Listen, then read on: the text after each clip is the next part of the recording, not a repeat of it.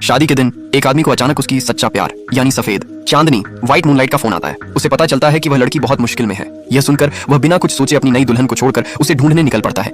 उसकी पत्नी जो उसे बेहद प्यार करती थी विनती करती है कि वह उसे अकेला न छोड़े, लेकिन वह आदमी बिल्कुल भी नहीं रुकता और ठंडे दिल से उसे छोड़ देता है। उसे यह नहीं पता होता कि उसका यही फैसला उसकी जिंदगी की सबसे बड़ी गलती बन जाएगा। अगले ही पल पत्नी अपनी जान की परवाह किए बिना उसकी कार के सामने आ जाती है।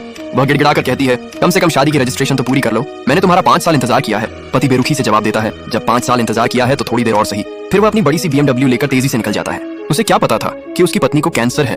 वह अब और ज्यादा इंतजार करने की हालत में नहीं है। कॉलेज सीनियर जो ये सब देख रहा था उस महिला के लिए दुखी हो उठता। वह समझाता है कि ऐसा आदमी उसका सच्चा जीवन साथी नहीं हो सकता। असल में पत्नी खुद भी जानती है कि उसका पति उसे कभी प्यार नहीं करता था। अगर करता तो उसे ये भी पता होता कि उसका एक बच्चा भी। रात को पति ऐसे लौटता है जैसे कुछ हुआ ही ना और अचानक प्यार से पत्नी के लिए खाना बना देता है। पत्नी जो दिन भर की सारी बेइज्जती भूल चुकी थी इस छोटे से इशारे से पिघल जाती है वहां, लेकिन अगले ही पल उसका असली मकसद सामने आ जाता। वो खाना असल में सफेद चांदनी के लिए था, पत्नी सिर्फ टेस्ट के लिए थी। पत्नी ये सब बर्दाश्त नहीं कर पाती और कहती है मुझे कैंसर है, लेकिन पति तो ध्यान ही नहीं देता। मेडिकल रिपोर्ट को वह शॉपिंग बिल समझ बैठता है और पत्नी की बातों को नजरअंदाज करके निकल पड़ता है उस लड़की को ढूंढने। आदमी आधे महीने तक गायब रहता है और इस बीच पत्नी की तबीयत और बिगड़ती जाती है। जब वो घर लौटता है तब तक पत्नी कैंसर के चलते अस्पताल में भर्ती हो चुकी होती है। पति को लगता है कि पत्नी बस नाराज है और वह उसे एक माफी मैसेज भेजता है, लेकिन तभी सफेद चांदनी का कॉल आता है। वह भी कहती है कि उसे कैंसर है। पति घबरा जाता है और फौरन अस्पताल पहुंचता है। उधर पत्नी उसी अस्पताल में सफेद चांदनी के तानों का सामना कर रही होती है। वह औरत पत्नी को बताती है कि पति पिछले आधे महीने उसके साथ रहा है। पत्नी का दिल चकनाचूर हो जाता है, लेकिन वह औरत अब भी नहीं रुकती। वह जानबूझकर खुद को धक्का देकर गिरा देती है ताकि ऐसा लगे कि पत्नी ने उसे धक्का मारा। उसी वक्त पति वहां पहुंचता है। वह सब कुछ देखे बिना पत्नी को दोषी ठहरा देता है और उस औरत का पक्ष लेता है।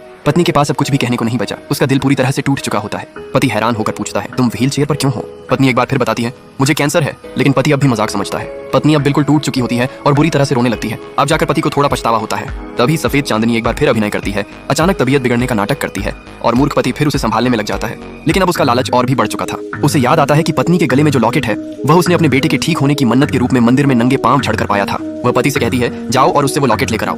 जाओ। पति बिना एक पल सोचे सच में पत्नी के गले से वह लॉकेट छीन लेता है। उसे इस बात की जरा भी परवाह नहीं होती कि उसकी पत्नी अब जीवन और मृत्यु के बीच झूल रही है।